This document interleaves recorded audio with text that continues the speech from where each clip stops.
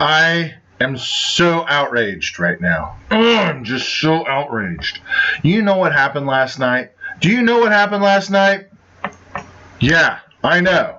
Alcides Escobar was not even nominated for a Golden Glove. And Eric Hosmer didn't win the Gold Glove.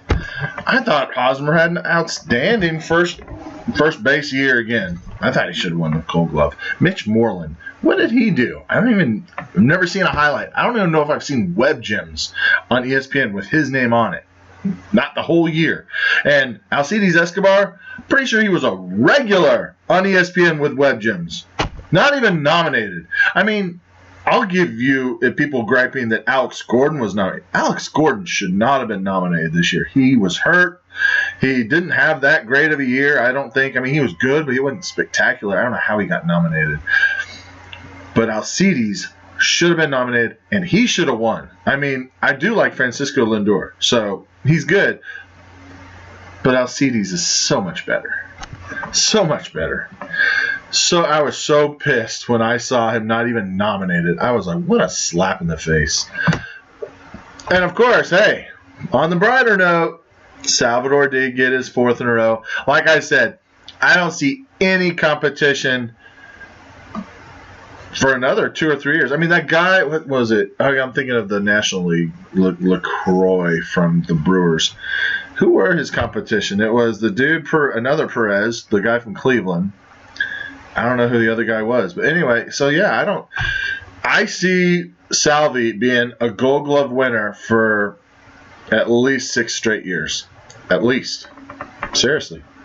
I mean, the guy he is Cooperstown right now. I mean, if they would let people go to the Hall of Fame before they even retire, I mean, he could go to the Hall of Fame right now. You know he is a Hall of Famer right now. I mean, besides Molina, and I can't remember. I mean, is it Benji Molina or Yadier Molina, whatever his name is from the Cardinals? I don't think he's in the Hall of Fame yet, but he'll be a shoe-in. And Salvador is going to be the next shoe-in catcher. No doubt about it. You thought I was going to talk about the election. I could care less about the election. The only thing I can say is I'm just glad that psycho woman didn't get in office, okay? Enough said, okay? Yeah, Trump's going to be a little interesting, but I think he's not shy to ask for help. He might look like a guy that thinks he knows it all. He knows he doesn't know it all, and he knows how to ask for help. Why do you think he has guys that run his own business? Because he doesn't want to have to run his own business. He just wants the money to come in. Just like running this whole country, he's going to have other people run the country for him so he can go golf and watch his money come in. I mean, give me a break. I think he'll do all right. But I forgot. I have to talk like him. So, let's get started with this video for football. Enough of the election and enough about politics. Okay? First, I want to let you know the King of the Mountain. Who is the King of the Mountain? Yeah, we're going to have to get used to this for the next 4 years, by the way. That is annoying. I can't stand how he talks with his hands, both hands, not just one. You know, some people, when they talk, they'll go like this, with one hand. He is a two-hand talker. He talks with both hands constantly. Puts his fingers like this, hands out like this. Sometimes he goes like this. That is going to be really annoying. Saturday Night Live is going to have a whole bunch of fun with him for the next 4 years. I don't know if he'll get a second term, but it's going to be a good 4 years. All right. Anyway, King of the Mountain. Currently, I forgot to go about I didn't do a video last week. So our session 1 winners was a split on the pick'ems. Travis Weirs and Adam Gilkison each get $50. Congratulations for tying. One of you guys. Well, no, Travis, that's right. Travis, you did the smart thing. You were going to lose unless you picked the obvious no-brainer to pick the underdog, which was the Bears. Because nobody in their right mind would have picked the Bears to beat the Vikings. So you had to pick the Bears because either way you were going to lose. And the Bears won. So you end up tying. So good job, Travis, because I don't think anyone could go. I mean, if Gilkison went Bears, to think that you would go Bears, I mean, that would have been really ballsy by him. But he didn't. He stayed true and just went with the team that should win. King of the Mountain winner, Efren, which he doesn't even pay attention to our league. Not one bit. I talked to him. He didn't even know. I could have just left him out. He didn't even know he was the King of the Mountain winner. Didn't even know it until literally was it Thursday or Friday? No, it was what day was it? It was Friday of last week, Friday, I think it was. He didn't even know he was the King of the Mountain winner. I had to tell him that. He didn't even pay attention to our league. Hurts my feelings. So after year 211.65 points, which you didn't know you had that either, won you $100. Now, let's talk about this session. Current King of the Mountain right now, with a whopping big score of 171.75, goes to Mark Winslow, the Teenage Mutant Ninja Bortles. Don't worry, one of these weeks Craig will beat you because he'll eventually get a 200-point score. He has yet to score 200 points. I'm pretty sure. Pretty sure he's yet to score 200 points in this league. I think. Maybe he did score over 200. I don't know. But I don't think he has. And then the Pick'ems, it's the first week. Everyone's still in it, except for Zeke and Destroy, who forgot to do it, and Big Red, who got 2 because, I don't know, he forgot to do all but 2 of them. That's weird. So let's go on with last week's scores. There was a close one. I'll get to that one. But first, I won 141 to 115 over Bad Influence, who had Alan Hearns drop a ball in the end zone, also got a concussion. He was pretty much fumble fingers because he dropped probably 2 or 3 passes at that game, which I watched, which was fun to watch because he dropped them all in front of my face. It was kind of fun to watch. What else? That's about it. I mean, I didn't have a great... 141 is kind of like an average score now, right? The Bortles and Fester. Here it is. The Bortles and Fester. Teenage Mutant Ninja Bortles won by 0.25 points over Fester. Thank you, Mark. I'm so glad you beat him because now we got a tough division. It was Monday Night Football. Was there anything going on Monday Night Football? No. Yes, Dan Carpenter. Ha ha ha ha. And the Bills defense. Is that it? Yep. So Mark had the Bills defense, got 10 points. But Jimmy could have won if the referees wouldn't have effed the Bills. Seriously. The referees are really getting ridiculous. They need to start discriminating with age. I'm sorry, but you should not be having referees ref this fast-paced NFL teams that play every week. They're over 60 years old, and they can't keep up with this reaction time. I'm sorry. Things happen so quick in the NFL that you can't see everything. And when you get older, your reaction time slows. That's why I hate seeing people over 85 years old driving cars. They should not be driving cars. Just like this. You know, people say a running back that's 30 years old is actually like a 50-year-old guy being a running back because, you know, people age quicker in NFL. Same thing with referees. Travis Kelce got completely raped on that touchdown he should have caught, but he got manhandled and slung over around the neck. And the two refs didn't even call it, and they clearly saw he got just completely pass interfered. But on the Buffalo game, the kicker clearly had roughing the kicker. They didn't call it. Okay, that's fine. You should have, but you didn't. At least running into the kicker, give him 5 yards and redo it. Then they give him delay a game because the referee was still setting the ball in the middle, and they let the time clock keep going down. They should have reset the time clock to 25 seconds. They didn't even do that. So that's another error that they made that's a no-brainer. You were in the way. You can't snap the ball when the referee is trying to get things going. And there was 2 seconds left once he finally left the huddle. So, I'm glad because I need you to lose, Jimmy. But I'm on your side for the fact that Dan Carpenter should have had a lot easier field goal made. And you would have won. But you didn't. Sorry. Enough of that rant. That was a long rant. Travis, 161 points. thanks to Latavius Murray and Mike Evans, no one else really. I mean, Mariota did have a good game. But you played Zeke and Destroy, and his team is struggling. Todd Gurley, got to be bust, close to bust of the year. Because, Adrian Peterson, you can't call him a bust. He got hurt. He is older, so you draft him at your own risk. Jamal Charles, not a bust. He's also injured. Le'Veon Bell's playing really good. David Johnson's playing really good. Ezekiel Elliott's playing really good. Who else was the top? Lamar Miller's playing pretty well to very good. But Todd Gurley was a top 3 draft pick in 99.99% of leagues. And he is playing not good. Okay? Let me look at Todd Gurley's stats real quick, or his weekly performances. Starts off with 9, then 13, then good one, 28, then 18, then 24, then 17. Okay. All right, so he hasn't been horrible for our league, but he got 14 points just this week. He's just not – I mean, look at his stats, though. He's only getting an average of 50 to 60 yards rushing. That sucks. His closest game, one game, because all the others are under 70, one game he got 85 yards rushing. He doesn't even have a 100-yard rushing game yet. That's unbelievable. Okay, let's go back to the scores. Okay, so Zeke and Destroy, your team is struggling because of that. And you got a lot of injuries to deal with as well. Devils lost with Drew. Winning should be a breeze.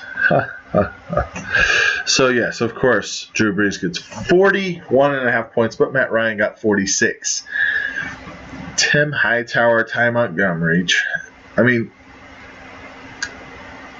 how'd you get 140 points? I'm looking at his scores. I see a lot of teen numbers, like, teens and a couple single digits and all that. He had 3 guys get 6 points, and he still gets 140.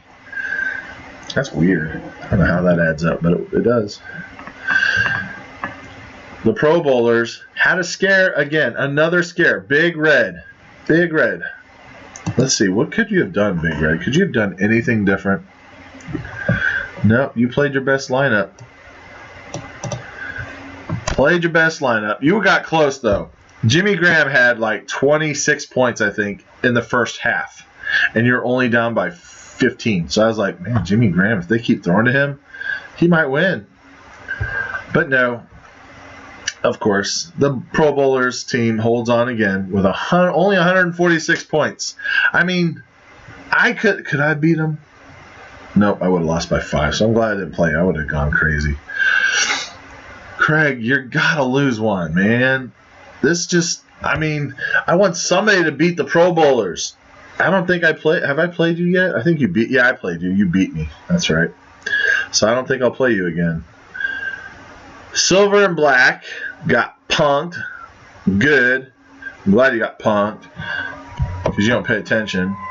The Finns beat them 152 to 124. And who could you have played anyone else? No, because everyone's on a bye or hurt.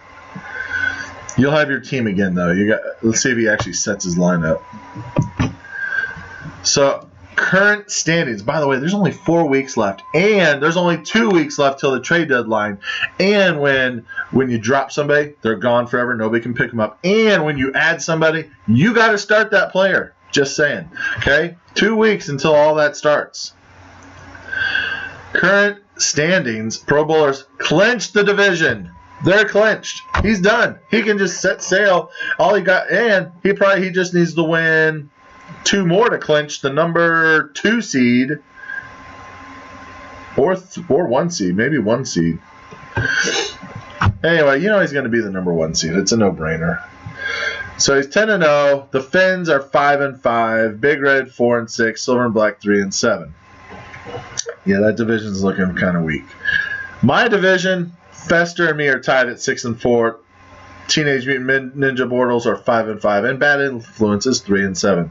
So only 4 weeks left, and it's still anyone's division, really. I mean, probably not Mike's, but everyone else's. Then the RC division, Travis, you're always doing really good. You're such a It's like you're a great fantasy football player for a guy who probably doesn't pay much attention to the NFL season. That's like, really, I don't think you do pay attention because you're so busy. I don't see how you have time to pay attention. Yet you still win.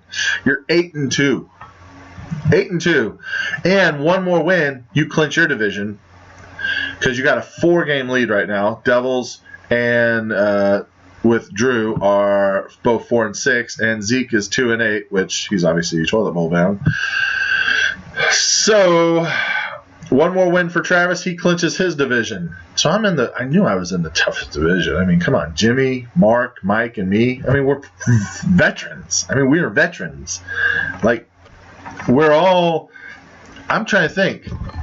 I think Mark's won. Yeah, Mark's won a championship. I've won a championship. Mike's won a championship. Has Jimmy won a championship? I don't know if Jimmy's ever won a championship, but he's had some tough teams in the past. But we got a division full of champions. I'm just saying. I knew going in this was going to be a tough division. And this week's games are projected scores. You got me versus Devils. Oh my gosh, I got everyone on a bye. Jeez. I don't know. I don't know if I'm going to win. I don't know. Devils actually could shock the world and beat the crap out of me, I think. He could. I think he could shock the world. Gosh, why, Devils, do you not try to do any trades or anything? You got Matt Ryan and Tom Brady, and you need a running back. And you have yet to even try to trade one of your running backs away. I mean, trade one of your quarterbacks away. Not that anyone needs them, but I'm sure somebody would trade somebody for Tom Brady. I mean, come on. Just don't do it this week. I don't know who would you play, Matt Ryan or Tom Brady? Dang. All right, I still think you're going to beat me. The Pro Bowlers are playing Banana Hot Seat. Ooh, this could be a championship meeting right here. Really, this could be a championship meeting. However, I think the Pro Bowlers are going to stomp Travis because Travis doesn't have Cooper, Latavius Murray, Derek Carr. He's going, give him the win. You're 11-0, Craig. Okay, you're 11-0. Freaking A, I swear. Big Red and Zeke and Destroy. Big Red. I mean, you should win, right? I mean, the thing's saying you should win by 16, 15, 14, something like that. I don't know if you're going to win, though. Carlos Hyde, they might bring him back slowly. I'm not sure, but they could bring him back slowly.